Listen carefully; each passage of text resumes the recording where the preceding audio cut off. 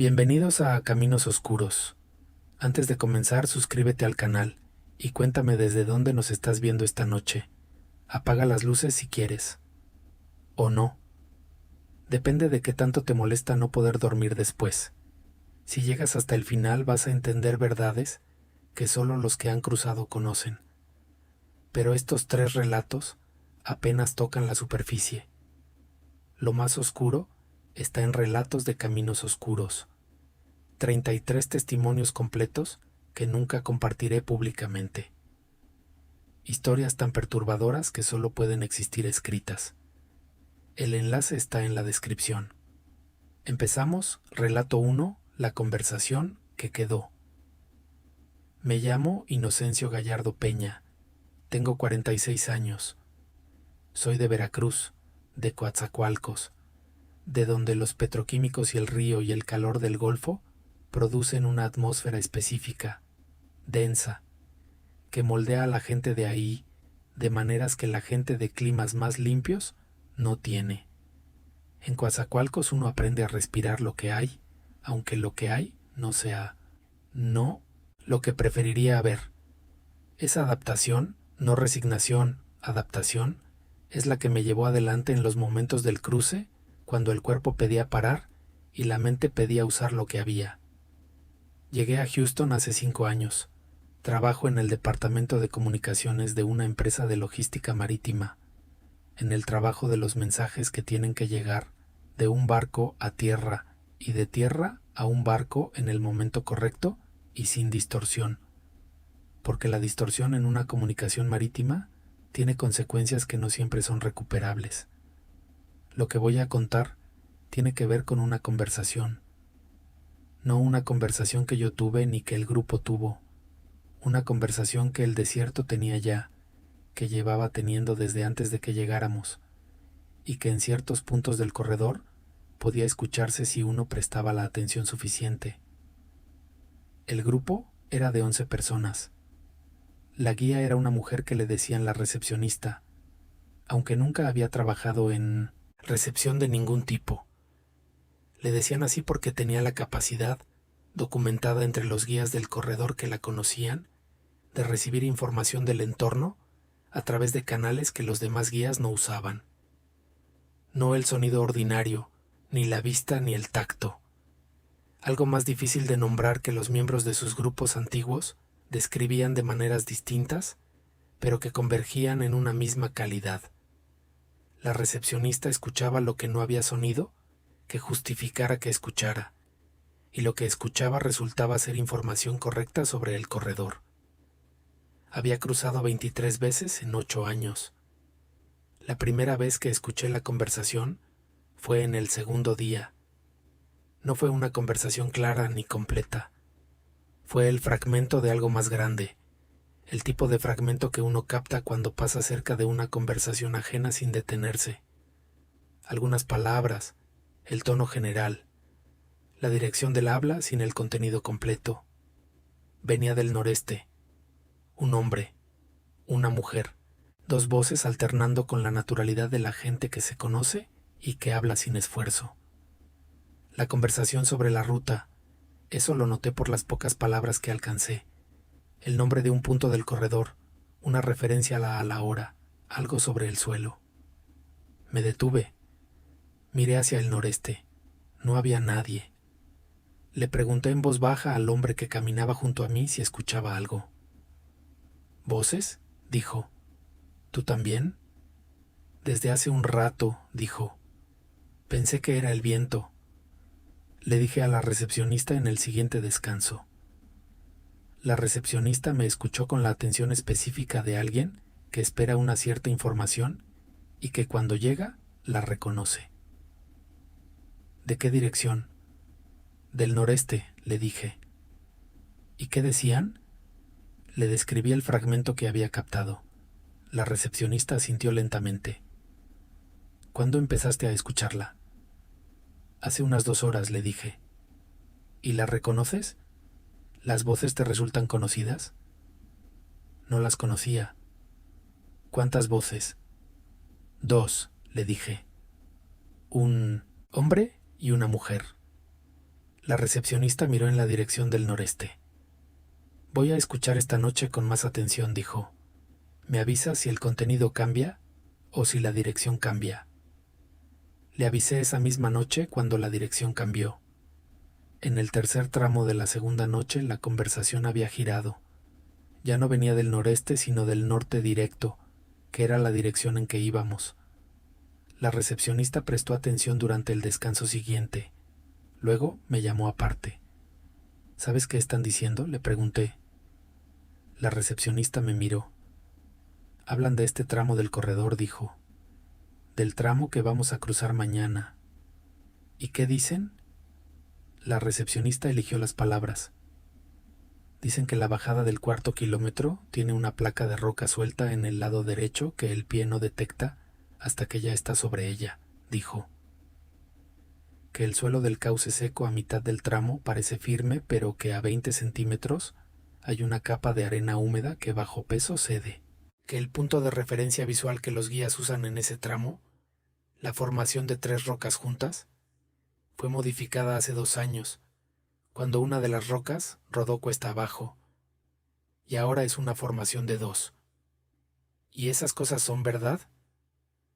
La recepcionista me miró. No lo sé todavía, dijo. Lo verificaré cuando lleguemos al tramo. ¿Y las voces saben eso porque cruzaron por ese tramo? La recepcionista tardó. Las voces saben eso porque cruzaron por ese tramo, dijo. No de manera reciente. ¿Cuándo?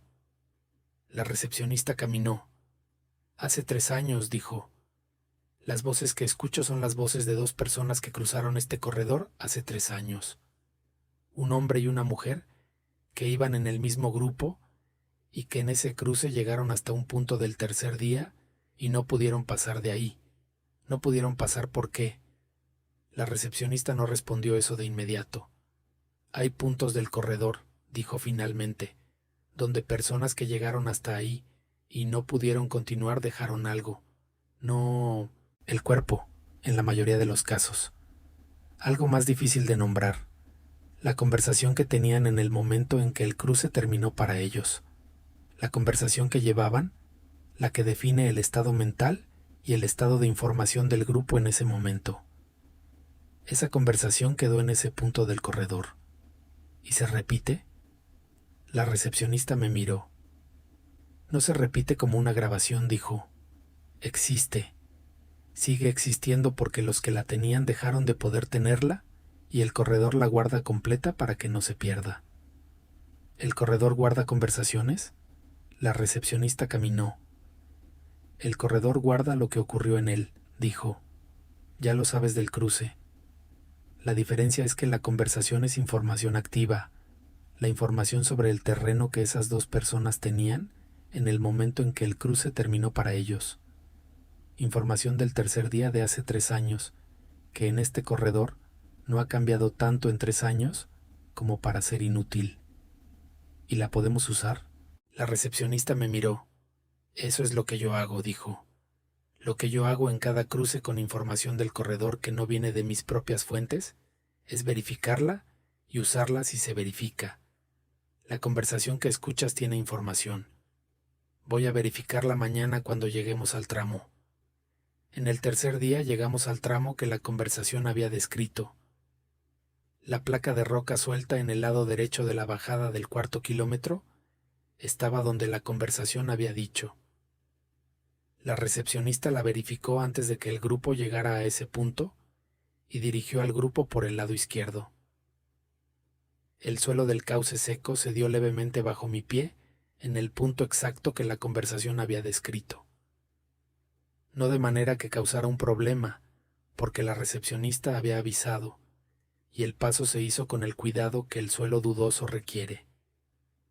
La formación de 3 rocas que los guías usaban como punto de referencia visual era, como la conversación había dicho, una formación de 2. La recepcionista lo tomó en cuenta para sus cálculos del tramo siguiente. En el descanso del tercer día le dije, la conversación tenía razón en las 3 cosas. La recepcionista asintió. ¿Y quiénes eran? Le pregunté. Los de la conversación. La recepcionista tardó. El hombre era un guía, dijo. Un guía que cruzó este corredor hace muchos años antes de que yo empezara. Lo conocí cuando yo empecé. Cruzó conmigo en un par de ocasiones. Me enseñó parte de lo que sé de este corredor. ¿Y la mujer? Era del grupo que guiaba hace 3 años, dijo la recepcionista, una mujer de Puebla que venía a reunirse con su hija en Phoenix. ¿Y llegaron? La recepcionista miró el terreno. El guía no, dijo.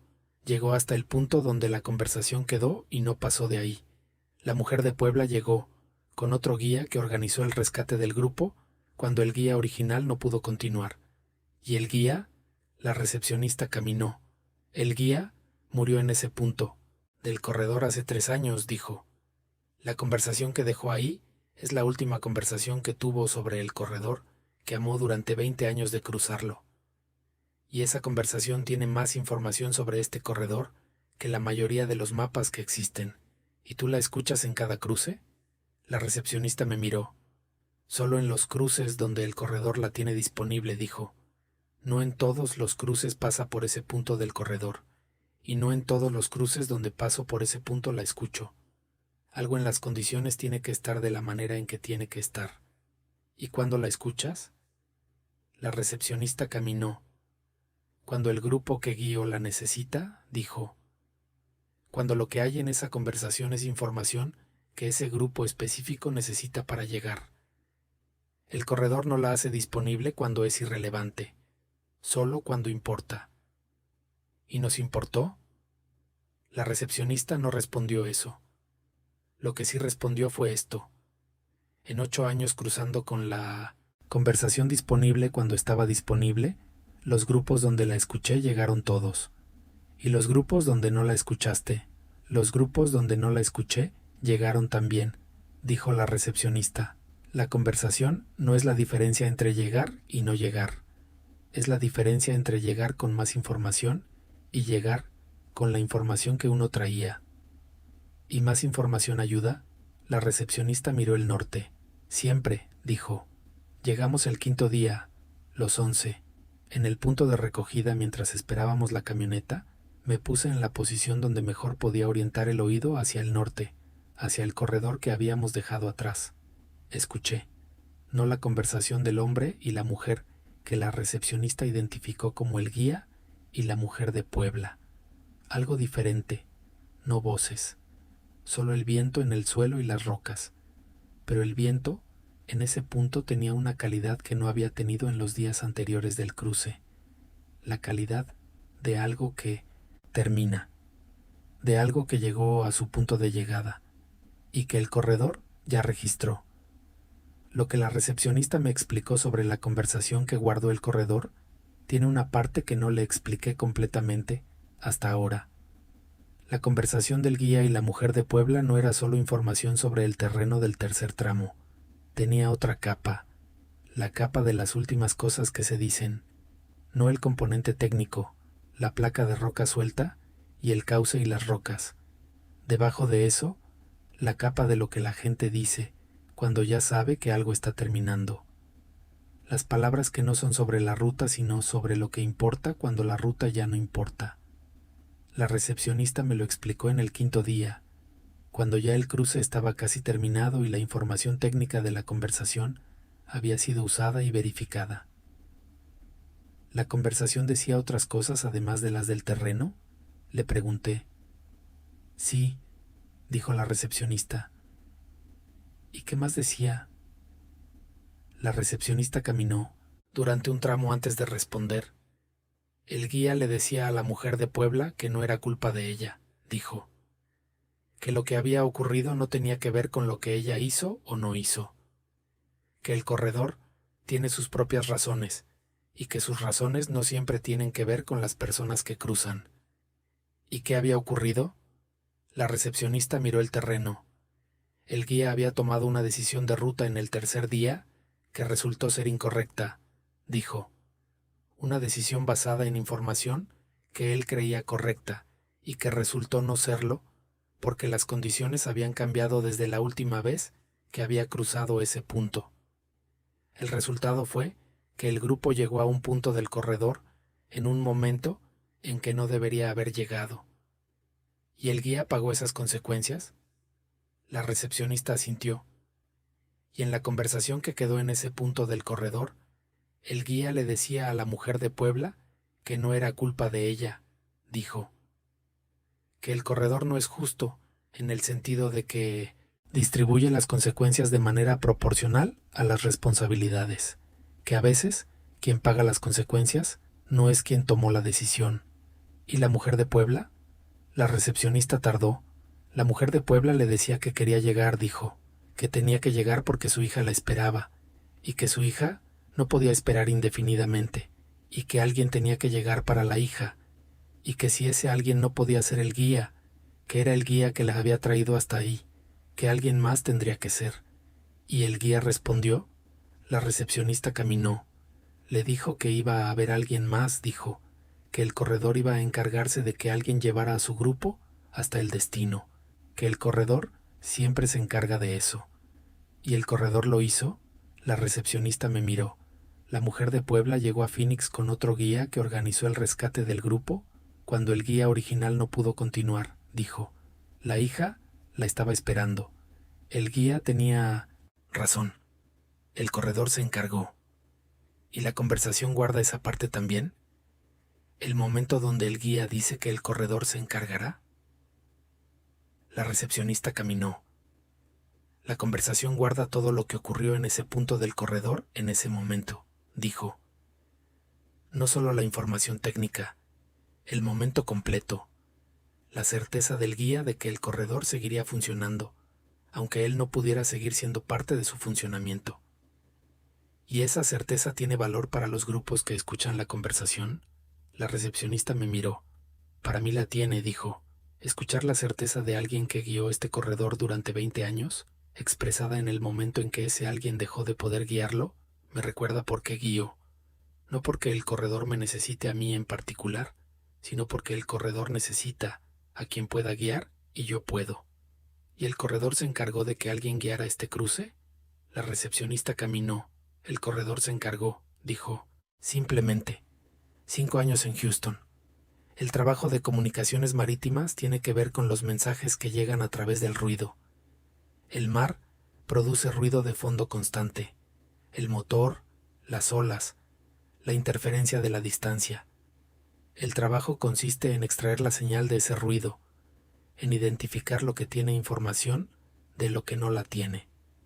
A veces, en las comunicaciones de madrugada, cuando el tráfico de señales es menor y el ruido de fondo se vuelve más distinguible, escucho fragmentos de conversaciones que no pertenecen al tráfico activo de esa noche.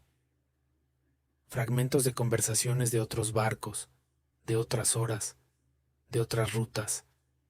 El mar guarda conversaciones también, como el corredor. Y cuando el tráfico baja lo suficiente, los fragmentos que el mar guardó se vuelven audibles para quien sabe escucharlos. No siempre tienen información útil para la noche en que se escuchan. Pero a veces, sí.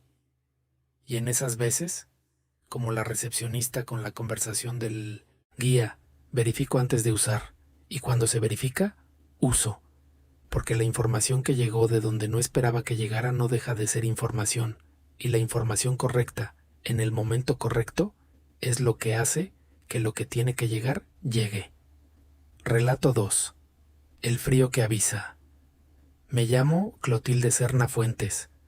Tengo 39 años.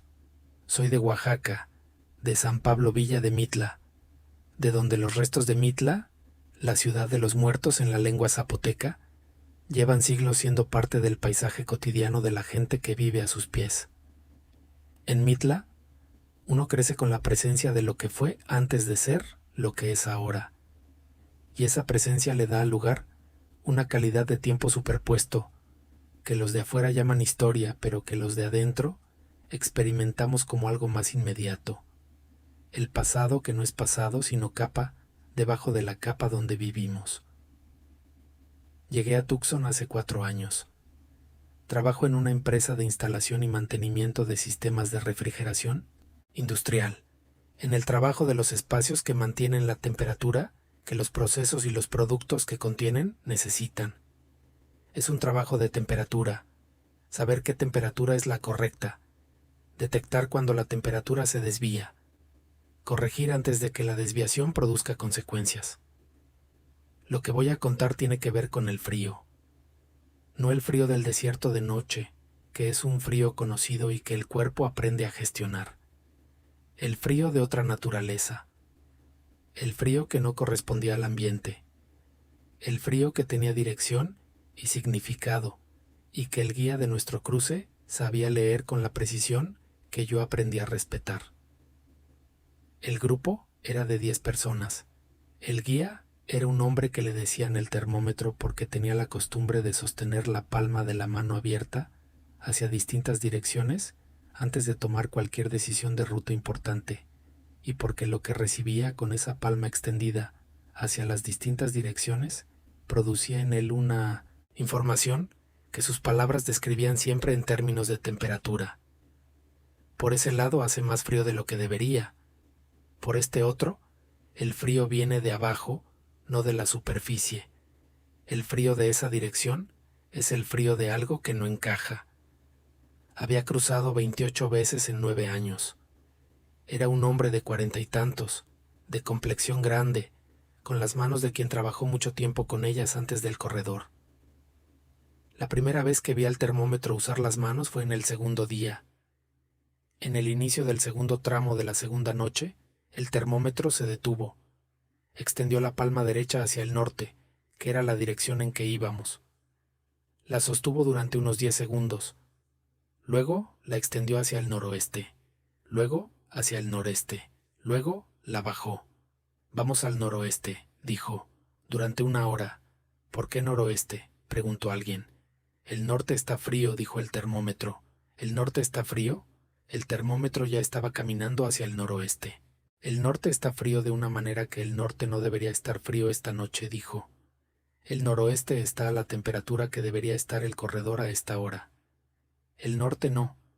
¿Y qué significa que el norte esté frío de manera incorrecta? El termómetro caminó. Que hay algo en el norte que produce ese frío, dijo. Algo que no produce el corredor de manera natural en esta hora y en estas condiciones. ¿Qué tipo de cosas producen ese frío? El termómetro tardó en responder. Los vehículos con el motor apagado que llevan tiempo parados pierden el calor del motor, y en la noche del desierto se vuelven más fríos que el ambiente, dijo. La presencia de varias personas quietas en un punto produce una zona de temperatura diferente al entorno en movimiento. El metal de los equipos de patrullaje en la noche del desierto es más frío que la roca y la arena. ¿Y el frío que sentiste en el norte era de alguna de esas cosas? El termómetro caminó durante un tramo. No lo sé con certeza, dijo. Lo que sé es que el frío del norte no correspondía al corredor natural de esta noche, y lo que no corresponde al corredor natural de esta noche tiene una razón. Y encontrar esa razón caminando hacia el norte no es la manera que prefiero. Tomamos el noroeste durante 1 hora. En la aplicación que el grupo de apoyo verificó al final del cruce, había registros de actividad en el punto norte del que el termómetro nos alejó en las horas exactas de ese tramo. En el tercer día, el frío del termómetro me habló directamente. No al termómetro, a mí. Fue en el punto de transición entre la arena y la roca del tercer tramo. Un punto donde el suelo cambiaba de composición y donde la atención al pie es importante, porque el cambio de textura puede tomar al cuerpo por sorpresa en la oscuridad. Sentí frío en la suela del pie derecho antes de poner ese pie sobre el suelo de roca. No el frío normal de la roca nocturna. Un frío puntual, localizado, del tipo que uno siente cuando la mano toca algo frío en lugar de caliente cuando esperaba caliente. Un frío de aviso. Dudé. No pisé. Puse la linterna en el suelo justo donde iba a poner el pie. Había una grieta en la roca. No grande, no peligrosa para la mayoría de los propósitos, pero del ancho y la profundidad exactos para que el pie de una persona, que la pisara en la oscuridad, encontrara un ángulo que el tobillo no estaba preparado para encontrar. Le dije al termómetro. El termómetro se arrodilló junto a la grieta. La examinó. Bien, dijo. ¿El frío te habla también? El termómetro se incorporó. El frío me habla a través de las manos, dijo. No en los pies. ¿Y a mí me habla en los pies? El termómetro me miró. El frío habla donde puede hablar, dijo. En las manos mías porque las manos mías prestan atención. En los pies tuyos porque tus pies prestan atención. ¿Mis pies prestan atención de esa manera? El termómetro caminó. ¿Qué haces de trabajo? Le dije que trabajaba en refrigeración industrial. El termómetro asintió. Las personas que trabajan con temperatura aprenden a detectar variaciones que la mayoría de las personas no detecta, dijo. El cuerpo que pasa horas cada día evaluando si un espacio está a la temperatura correcta desarrolla una sensibilidad que el cuerpo ordinario no tiene. No en las manos necesariamente, donde el cuerpo prefiere recibirla. ¿Y mis pies prefieren recibir la información de temperatura del suelo? ¿Los pies de alguien que camina sobre superficies con diferentes temperaturas todo el día? Dijo el termómetro. Sí, tiene sentido. ¿Y el frío de aviso que sentí era el corredor avisando a través de mis pies? El termómetro caminó durante un tramo. El frío avisa, dijo. No sé si es el corredor como entidad que decide avisar, o si es la temperatura del suelo en ese punto que es perceptiblemente diferente a la temperatura del suelo circundante y que tu sensibilidad detecta antes de que el ojo vea la razón. Podría ser física, podría ser otra cosa. ¿Y en tu caso? ¿Las manos son física o son otra cosa? El termómetro me miró. En mi caso son las dos, dijo. La diferencia de temperatura que la palma detecta tiene una explicación física en los casos de los vehículos y del metal de los equipos. No siempre tiene explicación física en los otros casos. ¿Cuáles otros casos? El frío que viene de abajo del suelo en puntos específicos, dijo el termómetro. El frío que rodea al grupo completo en momentos donde nada en el ambiente justifica ese cambio de temperatura. El frío que se mueve, que ayer estaba en el norte y hoy está en el este, y mañana en ningún lado. ¿Y esos fríos sin explicación física qué son? El termómetro extendió la palma y la sostuvo hacia el norte durante un momento. El corredor tiene temperatura, dijo, no en el sentido de los grados que mide el termómetro, en el sentido de lo que ocurrió en él y de cómo eso que ocurrió sigue presente en una forma que el cuerpo puede detectar si sabe detectarla. ¿El frío es la presencia de lo que ocurrió? El termómetro bajó la mano. El frío es como el corredor dice que algo ocurrió en ese punto, dijo. O que algo está ocurriendo. O que algo va a ocurrir si el grupo continúa en esa dirección. ¿El frío es en el tiempo también? El termómetro me miró. El frío del pasado, el frío del presente y el frío del futuro inmediato, dijo. Tienen texturas diferentes que con el tiempo aprendo a distinguir. El frío del pasado es estático. Está en un punto y no se mueve. El frío del presente se mueve lentamente con lo que lo produce. El frío del futuro inmediato llega antes de que la razón de ese frío esté en el rango perceptible. ¿Y cómo distingues cuál es cuál? El termómetro caminó. Eso es lo que tarda años aprender, dijo. No te puedo enseñar en un cruce lo que aprendí en 28. ¿Y yo puedo aprender? El termómetro me miró. Alguien que sintió el frío en la suela del pie antes de ver la grieta ya está aprendiendo, dijo. Los días siguientes los viví con esa conciencia nueva de los pies. Los pies en el suelo del corredor, con la atención de quien sabe que el suelo puede decir algo que el ojo no puede ver. En el cuarto día el frío me llegó 2 veces. La primera en el talón derecho antes de llegar a un punto del terreno, donde el suelo tenía exactamente el tipo de inestabilidad que la presión del peso en ese ángulo habría convertido en una caída. La segunda en la punta del pie izquierdo, antes de que yo pudiera ver que estaba a punto de salir del sendero hacia una zona de suelo más blando, donde la mochila habría sido suficiente para hundirme hasta la rodilla.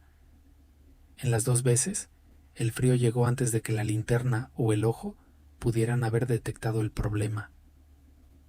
Llegamos el sexto día. Los 10. Lo que el termómetro me enseñó sobre los tipos de frío se completó en el Tianjin-Tuisig, cuarto día, con una experiencia que no esperaba. El frío que rodeó al grupo completo. No el frío puntual de mis pies advirtiéndome sobre el suelo. No el frío direccional que el termómetro leía con la palma extendida hacia distintas direcciones. Un frío que llegó al grupo completo, envolviendo a las 10 personas, en un momento del cuarto tramo de la cuarta noche, donde el ambiente no justificaba ningún cambio de temperatura. El termómetro lo sintió al mismo tiempo que yo. Se detuvo, extendió la palma hacia arriba, hacia abajo, hacia todos lados. ¿Qué tipo de frío es este?, le pregunté. El termómetro bajó la mano lentamente. El que rodea, dijo. El tercero. ¿El tercero? En mi sistema hay 3 tipos, dijo el termómetro. El frío de algo que está en una dirección específica y que avisa sobre esa dirección. El frío de abajo del suelo que avisa sobre lo que hay en ese suelo. Y el frío que rodea. ¿Y el que rodea que avisa? El termómetro miró al grupo, completo, que también había sentido el cambio de temperatura y que esperaba en silencio. El frío que rodea no avisa, dijo el termómetro. El frío que rodea protege. ¿El frío nos está protegiendo? El termómetro extendió la palma una vez más hacia el norte. Hay algo al norte, dijo, algo que debería producir en el grupo una reacción que el frío que rodea hace menos probable. ¿Qué tipo de reacción? El termómetro no respondió eso directamente. Lo que el frío que rodea hace, dijo, es reducir la visibilidad del grupo hacia afuera. No visibilidad visual, la visibilidad que tiene que ver con el calor del cuerpo, con los sonidos que produce el movimiento, con la perturbación que produce en el ambiente la presencia de 10 personas. ¿El frío que nos rodea nos hace menos perceptibles para lo que hay al norte? El termómetro asintió. En 28 cruces, dijo, el frío que rodea lo vi 4 veces. Las 4 veces hubo algo al norte en ese momento que en Minimum condiciones normales habría detectado al grupo. Las 4 veces el grupo pasó sin ser detectado. ¿Y el frío actuó de esa manera en las 4? El termómetro me miró. No sé si actuó el frío o si el frío fue la señal de que algo actuaba, dijo. La diferencia entre las 2 posibilidades es filosófica. El resultado fue el mismo. ¿Y esta vez? El termómetro extendió la palma hacia el norte una vez más. Esta vez también, dijo. Caminamos durante 40 minutos dentro del frío que rodeaba al grupo. No hablamos, no porque nadie dijera que no había que hablar, sino porque el frío producía en el grupo algo parecido al silencio instintivo del que se siente protegido por algo y no quiere perturbar esa protección. Al final de esos 40 minutos, el frío que rodeaba se disipó con la gradualidad de un cambio de temperatura natural. El termómetro lo sintió disiparse. Continuamos, dijo simplemente, en la aplicación de registro del corredor, consultada en el punto de recogida. Había actividad registrada en el tramo norte de esa noche, en las horas exactas del frío que rodeaba. Actividad que habría detectado a un grupo que no estuviera dentro del frío que rodeaba. 4 años en Tucson. Los sistemas de refrigeración industrial que mantengo tienen alarmas para cada tipo de anomalía de temperatura. La temperatura que está por encima del rango, la que está por debajo, la que varía de manera que el sistema no puede explicar con las causas conocidas. La alarma del frío que rodea, si existiera en mis sistemas, sería la alarma de la protección activa, no la alarma de que algo falla, la alarma de que algo funciona de una manera que el sistema no esperaba, pero que produce el resultado correcto. En el corredor, esa alarma se llama el frío que rodea. En los sistemas de refrigeración, la llamaría la protección inesperada. Y en los 2 casos, lo que haría sería lo mismo que hice en el cuarto tramo de la cuarta noche. Esperar a que termine y continuar. 4 años en Tucson. El trabajo de refrigeración industrial tiene que ver con la temperatura todo el día. Los sensores en los puntos críticos, los alarmas cuando la temperatura se desvía, la corrección antes de que la desviación produzca consecuencias. Pero el sensor más fino que tengo no es ninguno de los instrumentos que instalo y mantengo. Son las plantas de mis pies, que en el corredor de Sonora aprendieron a leer lo que el suelo tiene para decir. Y que en los trabajos de refrigeración, cuando camino por los espacios que mantengo verificando que la temperatura es la correcta, a veces me dicen algo que los sensores todavía no dicen, que hay un punto en ese espacio donde la temperatura no es la que debería ser, un punto frío que el sistema todavía no registró como desviación, pero que las plantas de los pies ya detectaron. Voy a ese punto. Verifico. Casi siempre hay algo. Una fuga incipiente, un aislamiento que está fallando, un punto donde el sistema está trabajando contra algo que no debería estar ahí. Lo corrijo, el sistema funciona, y los pies, que aprendieron a leer el frío en el corredor de Sonora, siguen leyendo, en todos los espacios donde camino, con la atención que aprendí que tienen, aunque yo no supiera que la tenían. Relato 3. El coyote de 3 años. Me llamo Tranquilino Vargas Escobedo. Tengo 53 años. Soy de Jalisco, de Teocaltiche, de donde la tradición ganadera y el paisaje de lomeríos tiene una calidad particular de lo que persiste. Los ranchos que llevan generaciones en las mismas familias. Las costumbres que llevan generaciones repitiéndose. La manera en que la tierra y la gente que la trabaja se moldean mutuamente hasta que es difícil decir cuál moldeó a cuál. En Teocaltiche aprendí que los animales conocen el territorio de una manera que los humanos que viven en el mismo territorio no siempre tienen, y que esa manera de conocerlo merece respeto, aunque los instrumentos modernos hagan que parezca innecesario. Llegué a Albuquerque hace 6 años. Trabajo en un vivero de plantas nativas del desierto, en la propagación y el cultivo de las especies que son originarias del desierto de Chihuahua y del desierto de Sonora, en el trabajo que tiene que ver con las plantas que crecen, donde el desierto permite que crezcan, porque llevan siglos adaptándose a las condiciones exactas de ese suelo y ese clima. Lo que voy a contar involucra a un coyote. No el coyote como apodo del guía de migración. Un coyote real. El animal. Canis latrans. El animal que da nombre al corredor en la imaginación popular porque el corredor de Sonora es el corredor de Sonora. Y Sonora es tierra de coyotes. El grupo era de 12 personas. El guía era un hombre que le decían el rastreador porque tenía la capacidad, desarrollada en años de trabajo previo, en el Servicio de Parques Nacionales del Norte de México, de leer las señales que los animales dejan en el terreno y de extraer de esa lectura información sobre las condiciones del corredor. Los animales del desierto evitan ciertos puntos y frecuentan otros por razones que tienen que ver con la seguridad, la accesibilidad del agua, la presencia de depredadores y la presencia de humanos. Un guía que sabe leer esas razones a través de las huellas y los rastros tiene información sobre el corredor que los instrumentos ordinarios no tienen. El rastreador había cruzado 31 veces en 11 años. El coyote apareció en el segundo día. Fue al inicio del primer tramo de la segunda noche, en el momento en que el grupo salía del punto de descanso y tomaba la dirección norte que el rastreador había establecido para ese tramo. El coyote estaba de pie en el borde del camino, a unos 15 metros al norte de donde estábamos. No hacía lo que hacen los coyotes cuando hay humanos cerca, que es alejarse con la velocidad nerviosa del animal que evita el contacto.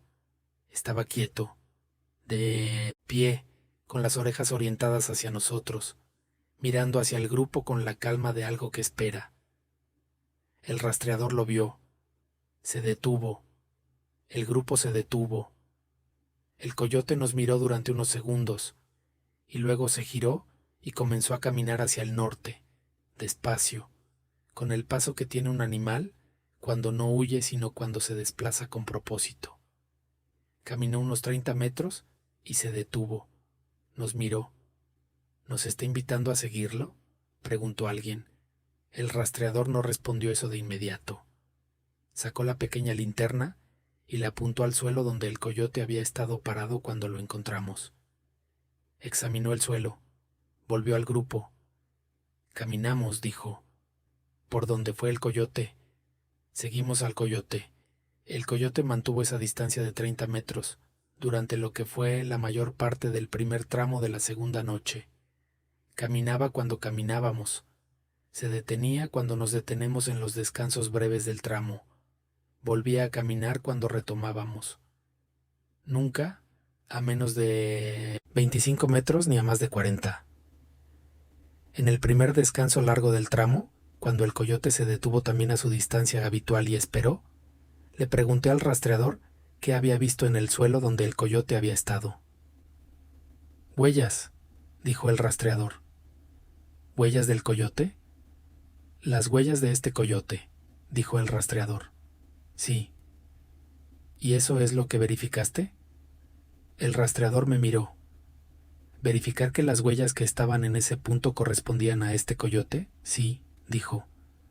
«El tamaño de la pata, el patrón de desgaste, la manera en que la almohadilla posterior deja marca». «¿Y correspondían?» El rastreador asintió. «¿Y eso qué me dice?», le pregunté. «Las huellas de un coyote corresponden al coyote que las hizo». El rastreador me miró. «Las huellas en ese punto eran de hace 3 días», dijo, «no de ahora. El suelo había guardado la huella durante 3 días, y las condiciones de la madrugada de hoy hicieron que la huella que estaba guardada en el suelo fuera visible». Lo miré. «¿Las huellas de hace 3 días del coyote estaban en el mismo punto donde el coyote estaba parado ahora?» El rastreador asintió. «¿Ese coyote pasa siempre por ese punto?» El rastreador consideró esa pregunta. «Ese coyote», dijo lentamente, «tiene ese punto en su ruta. ¿Y viene por aquí cada 3 días?» «No exactamente», dijo el rastreador, «pero frecuentemente. Lo que me dice la huella de hace 3 días en el punto donde estaba parado esta noche es que este coyote conoce este corredor, que lo recorre con regularidad, que sabe exactamente dónde está en cada momento». «¿Y lo seguimos porque conoce el corredor?» El rastreador miró al coyote que esperaba a 30 metros. «Lo seguimos porque en 11 años de corredor nunca había un coyote hacer lo que está haciendo este», dijo. «Los coyotes del desierto son animales que evitan a los humanos. Este no nos está evitando. Este nos está mostrando algo». «¿Y qué nos está mostrando?» El rastreador caminó hacia donde esperaba el coyote. «El camino», dijo. «Seguimos al coyote durante 5 horas esa segunda noche. El coyote nos llevó por una ruta que el rastreador no había planificado originalmente. No una ruta alternativa que el rastreador conociera y hubiera descartado. Una ruta que el rastreador no reconocía, que no estaba en su memoria de 31 cruces como ruta usada.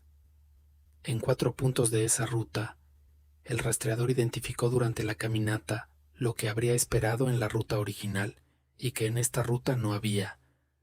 Zonas de suelo problemático que la ruta del coyote rodeaba sin que el coyote lo explicara, obviamente, sino simplemente siguiendo su propio camino habitual que el suelo lo había enseñado a tomar. En el descanso de esa noche le pregunté al rastreador si el coyote sabía que había grupos de migrantes en el corredor. El rastreador me miró. «Los coyotes de este corredor», dijo, «llevan generaciones coexistiendo con los grupos que lo cruzan. Los grupos cruzan de noche. Los coyotes son nocturnos.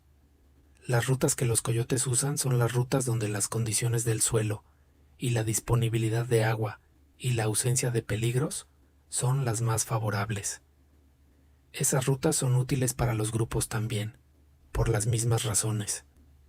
¿Y el coyote nos lleva por sus rutas porque son sus rutas?» El rastreador asintió. «No porque decida ayudarnos», dijo, «porque sus rutas y las rutas que nos convienen son las mismas rutas. ¿Y el hecho de que no nos evite?» El rastreador caminó. Hay coyotes del corredor que llevan generaciones viendo grupos de humanos cruzar de noche, dijo. Los coyotes aprenden. Los que aprendieron que los grupos nocturnos de humanos no los amenazan, dejaron de tratarlos como amenaza. ¿Y este coyote aprendió eso? El rastreador miró al coyote. Este coyote, dijo, aprendió mucho más que eso. ¿Qué más? El rastreador tardó. En el tercer día te lo digo, dijo. Esta noche no. En el tercer día, en el descanso del mediodía, el rastreador me dijo lo que había verificado durante la noche anterior. Me dijo que había verificado las huellas del coyote en varios puntos del tramo de la segunda noche. Y, en todos los puntos donde verificó las huellas del coyote de esa noche, había huellas anteriores del mismo coyote. No de hace 3 días en todos, algunas de semanas, algunas que el rastreador identificó, por el estado del suelo que las contenía, como de meses. ¿Y qué dice eso? El rastreador me miró. Que este coyote lleva meses usando estas rutas, dijo, que las conoce porque las recorre con regularidad, que el conocimiento de este coyote sobre este corredor es el conocimiento de quien lo camina regularmente desde hace mucho tiempo. ¿Y ese conocimiento es mejor que el tuyo? El rastreador consideró la pregunta. Mi conocimiento del corredor es el conocimiento de 31 cruces en 11 años, dijo. Conocimiento de guía, del terreno en condiciones de cruce, de lo que es problemático para los grupos. El conocimiento del coyote es el conocimiento de quien vive en el corredor. No lo visita, vive en él. Y el conocimiento de quien vive en un lugar tiene calidades que el conocimiento de quien lo visita no tiene aunque lo visite muchas veces. ¿Y el coyote sabe cosas del corredor que tú no sabes? El rastreador asintió. El coyote sabe qué puntos del corredor tienen actividad humana con qué frecuencia, dijo. Los puntos que el coyote evita en sus rondas son los puntos donde la actividad humana es más frecuente o más intensa. Los puntos que el coyote frecuenta son los puntos que el coyote consideró seguros en el tiempo que lleva recorriéndolos. ¿Y las rutas del coyote evitan los puntos de patrullaje? El rastreador me miró. El coyote no sabe lo que es un punto de patrullaje, dijo. El coyote sabe qué puntos le produjeron experiencias desagradables y cuáles no. Los vehículos de patrullaje en el corredor producen ruido, luz y perturbación que un coyote aprende a evitar de la misma manera que aprende a evitar cualquier cosa que le produjo una experiencia desagradable. Y las rutas que evitan lo que el coyote quiere evitar también evitan lo que nosotros queremos evitar. En este corredor, en este periodo, sí, dijo el rastreador. El coyote evita los puntos de actividad intensa porque esos puntos son los que le producen perturbación. Los grupos que cruzan quieren evitar los mismos puntos por razones diferentes.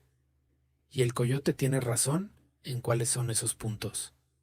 El rastreador caminó. El coyote tiene 11 meses de evidencia empírica sobre cuáles puntos de este corredor producen perturbación, dijo. Yo tengo 11 años de cruces periódicos. El coyote tiene más información reciente. Yo tengo más perspectiva histórica. ¿Y los dos juntos? El rastreador miró al coyote que iba delante. Los dos juntos tienen lo que necesitamos para llegar, dijo. El coyote nos acompañó los 3 días siguientes, no de manera constante. Había tramos donde no lo veíamos durante horas y tramos donde aparecía de nuevo y retomaba la posición de 30 metros delante. Había puntos del corredor donde el coyote se desviaba y volvía, haciendo un movimiento que el rastreador interpretó cada vez y que resultó ser cada vez la indicación correcta sobre qué parte del terreno convenía tomar. En el 5.º día, el último del cruce, el coyote desapareció. No gradualmente. En algún punto del último tramo dejó de estar. El rastreador lo notó. Se detuvo. Examinó el suelo. Encontró las huellas del coyote en el último punto donde lo habíamos visto. Y en ese mismo punto, junto a las huellas de esa noche, había otras huellas. Huellas del mismo coyote. De hace tiempo. Meses, según la estimación del rastreador. Y El rastreador se incorporó. En este punto, hace meses, las huellas del coyote terminan, dijo. No hay huellas que sigan más al norte desde aquí. ¿El coyote no va más al norte de este punto? El rastreador me miró. El coyote no fue más al norte de este punto, dijo. Desde hace meses las huellas de este coyote en el corredor terminan aquí. ¿Y esta noche el coyote llegó hasta aquí y desapareció? El rastreador miró el punto donde las huellas terminaban. Hace meses, dijo, algo ocurrió en este punto del corredor. No sé qué, pero el coyote que conocía estas rutas llegó hasta aquí y no siguió. ¿Murió aquí? El rastreador caminó hacia el norte. Murió o fue llevado de aquí a otro lugar, dijo. Lo que sé es que las huellas terminan aquí, y que el coyote que nos guió estas noches, cuyas huellas recientes coinciden exactamente con las huellas de antes de hace meses, terminó en el mismo punto donde terminaron aquellas. ¿Y no siguió con nosotros porque este es el límite de su territorio? El rastreador me miró. El coyote que murió aquí hace meses, dijo, conoce el corredor hasta este punto. Más allá de este punto, el corredor es el corredor de otro coyote. Y el que nos guió estas noches es el coyote que conoce hasta aquí. Y más allá de aquí, el rastreador miró el norte donde quedaban pocas horas hasta el punto de recogida. Más allá de aquí, dijo, el corredor es el que conozco yo. Llegamos ese día, los 12. Hay algo sobre el coyote que el rastreador me dijo en el sexto día que completó lo que yo había estado procesando desde el segundo. Me lo dijo cuando el coyote había desaparecido, y el punto de recogida estaba a pocas horas y el cruce estaba prácticamente terminado. ¿Cuánto tiempo lleva ese coyote en el corredor?, le pregunté. El rastreador consideró la pregunta. Las huellas más antiguas que encontré del mismo coyote, dijo, tenían la antigüedad del suelo que las contenía. Las condiciones de ese suelo las ponían en al menos 3 años atrás. ¿El coyote tiene 3 años en el corredor? El rastreador asintió. 3 años de recorrer las mismas rutas, dijo. 3 años de aprender qué puntos producen perturbación y cuáles no. 3 años de refinar el conocimiento hasta tener la ruta óptima para sus propios propósitos. ¿Y desde hace cuánto murió? El rastreador me miró. Desde hace meses, dijo. Las huellas recientes, las de esta semana, coinciden exactamente con las huellas que tenía antes de hace meses, cuando las huellas se interrumpieron. El tamaño de la pata, el peso, el patrón de desgaste de las almohadillas. El coyote muerto que recorre las mismas rutas que recorría vivo. El rastreador caminó. Las huellas son las mismas, dijo. ¿Qué produce esas huellas hoy? Si es el coyote que vivía, o algo diferente con la misma forma y el mismo peso y el mismo paso, no puedo determinarlo con certeza. Lo que sí puedo decir es que las huellas de esta semana son indistinguibles de las huellas de antes de hace meses. ¿Y el comportamiento? El rastreador me miró. El comportamiento de esta semana es el comportamiento de un coyote que conoce las rutas, que recorre y que tiene suficiente experiencia con los grupos de migrantes nocturnos para no evitarlos, dijo. El coyote que murió hace meses tenía ese comportamiento. El coyote de esta semana también. ¿Y tú qué crees que es? El rastreador caminó durante un tramo largo. Creo que el corredor tiene una manera de preservar lo que en él fue útil, dijo finalmente. Los guías que lo aprendieron bien y que murieron en él o después de él, dejan algo en el corredor que sigue siendo útil. Los animales que lo conocieron bien y que murieron en él, dejan algo también. No en el sentido sobrenatural de la palabra, en el sentido de que el conocimiento del terreno que un ser vivo acumula al recorrerlo, no desaparece cuando ese ser vivo ya no está. El terreno lo guarda. ¿El terreno guarda el conocimiento del coyote? El rastreador asintió. Y cuando hay un grupo que necesita ese conocimiento, el terreno lo hace disponible de la manera que puede hacerlo disponible, dijo. A veces, como las huellas que guían, a veces como algo que camina en las huellas. Y el coyote que vimos estas noches era el terreno haciendo disponible el conocimiento del coyote que murió. El rastreador me miró. Lo que yo vi estas noches, dijo, eran las huellas del coyote y algo que las seguía exactamente, que producía las mismas huellas, que tomaba las mismas decisiones en los mismos puntos, que tenía el mismo comportamiento con los grupos humanos. Si eso es el coyote, o si es el corredor usando el conocimiento del coyote, la distinción podría no tener la importancia que parece. ¿Y por qué no? El rastreador miró el norte. Porque el resultado es el mismo, dijo. Lo que nos guió estas noches por las rutas correctas llegó a este punto y no fue más allá. Y nosotros seguimos solos desde aquí hasta el punto de recogida. Con lo que el coyote nos enseñó sobre estas rutas, que ahora ya son nuestras también, en la medida en que las caminamos. ¿Y si volviera a cruzar por este corredor? El rastreador me miró. Si volvieras a cruzar por este corredor, dijo, llevarías en el cuerpo la memoria de las rutas que el coyote te mostró. Y esa memoria, en el corredor, es información que el corredor reconoce como válida, porque la aprendiste aquí. 6 años en Albuquerque, vivero de plantas nativas del desierto. Las plantas que propago son plantas que llevan siglos adaptándose a las condiciones exactas del suelo y el clima del desierto.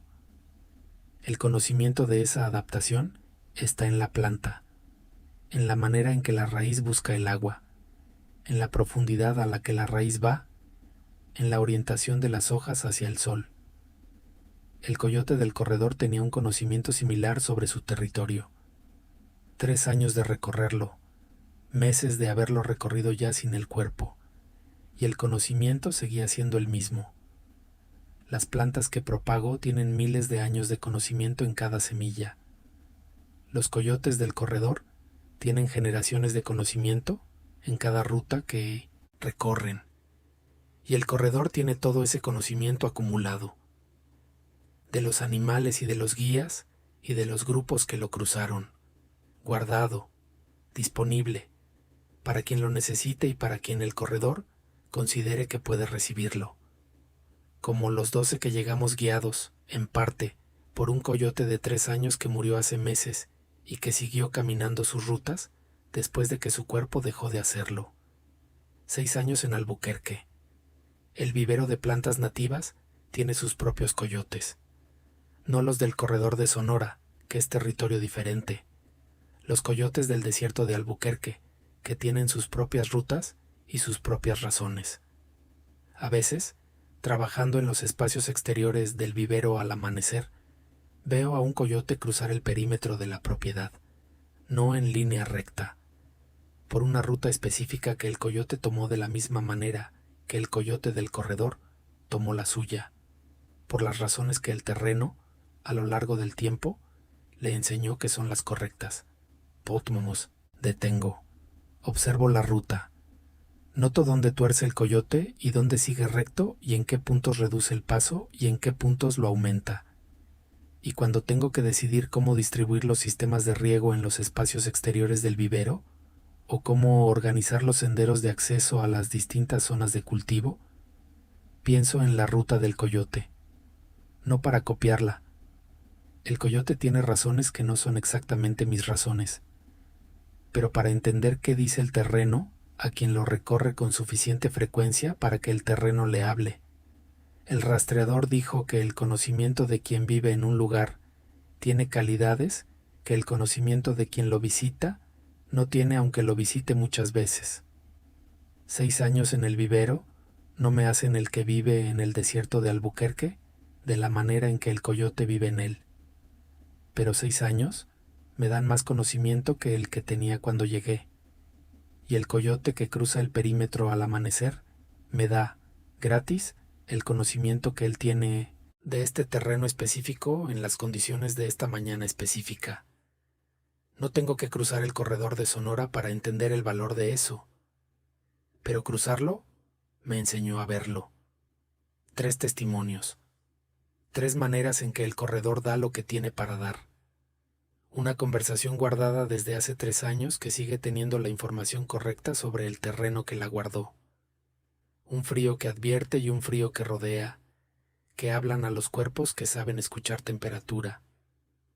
Un coyote muerto que sigue caminando sus rutas y que en 5 noches llevó a 12 personas por el camino, que él conocía mejor que cualquier guía vivo. El corredor tiene más de lo que parece desde afuera, y los 3 que aquí testifican lo saben desde adentro.